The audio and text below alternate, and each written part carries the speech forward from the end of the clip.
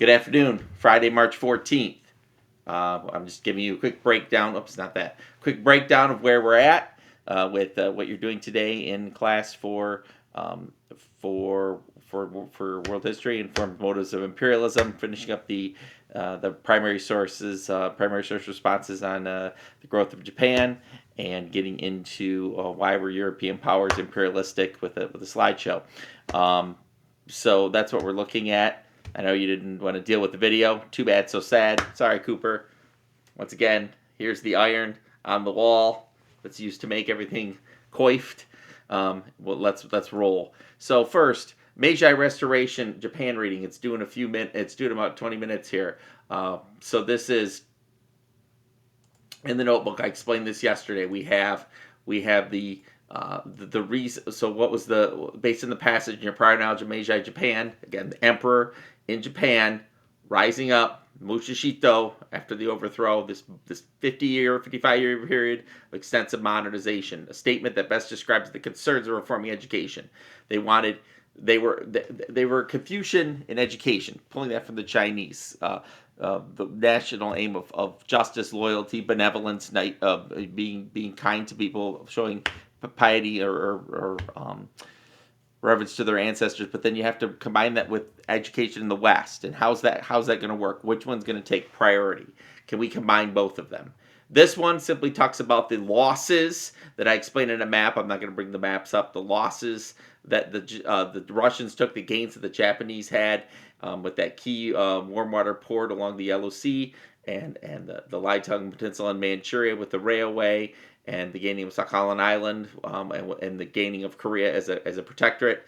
Write a statement that best describes the impact of the Russo-Japanese War on Japan standing as a world power. What they go from where they were at in 1853, when Commodore Perry finds them, to isolated, to all the way to 1905. The modernize or be colonized. So when you have your responses to those two, which by the way could appear on a test, you're going to simply, we can take a spot check on them, simply copy and paste them into IM3 in the next few minutes. Some of you have already done that.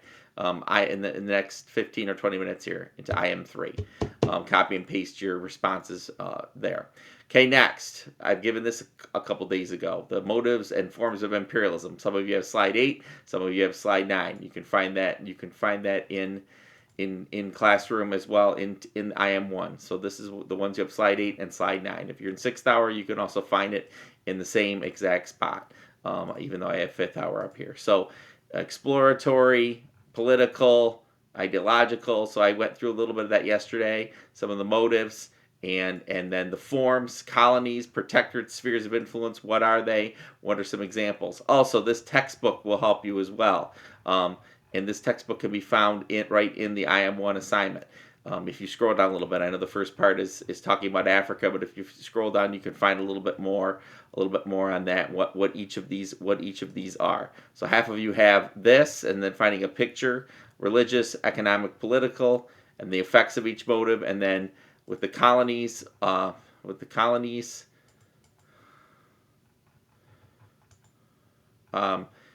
definition, examples, benefits, and what are the negatives of these.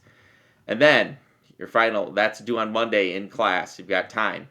This, very easy, the easiest assignment you'll do all year. So you're answering these questions on slide 14 and 15 based on this slideshow, which I already have pulled up,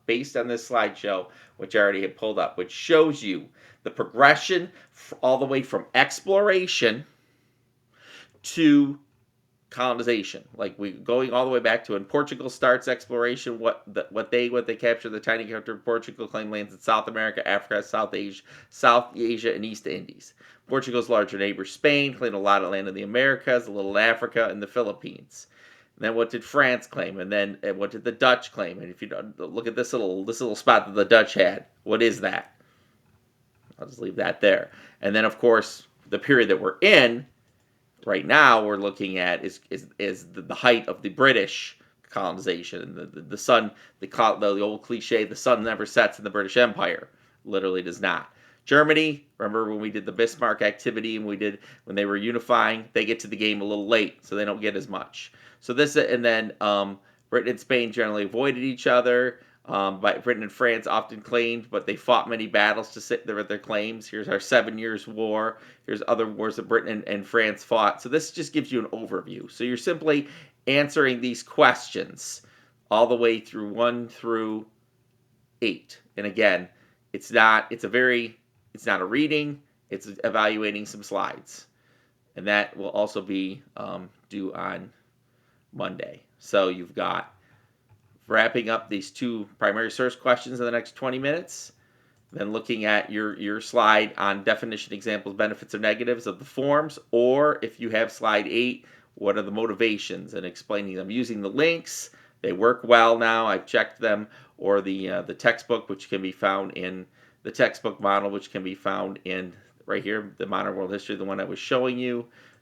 This one works nicely as well with the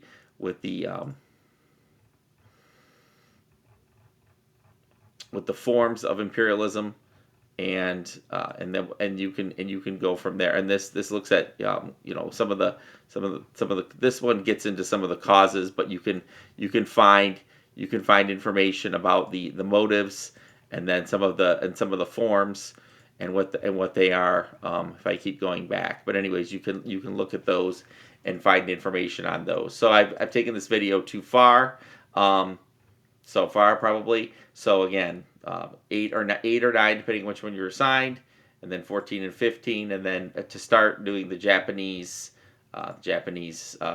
primary source docs. All right, peace out. I will see you on Monday.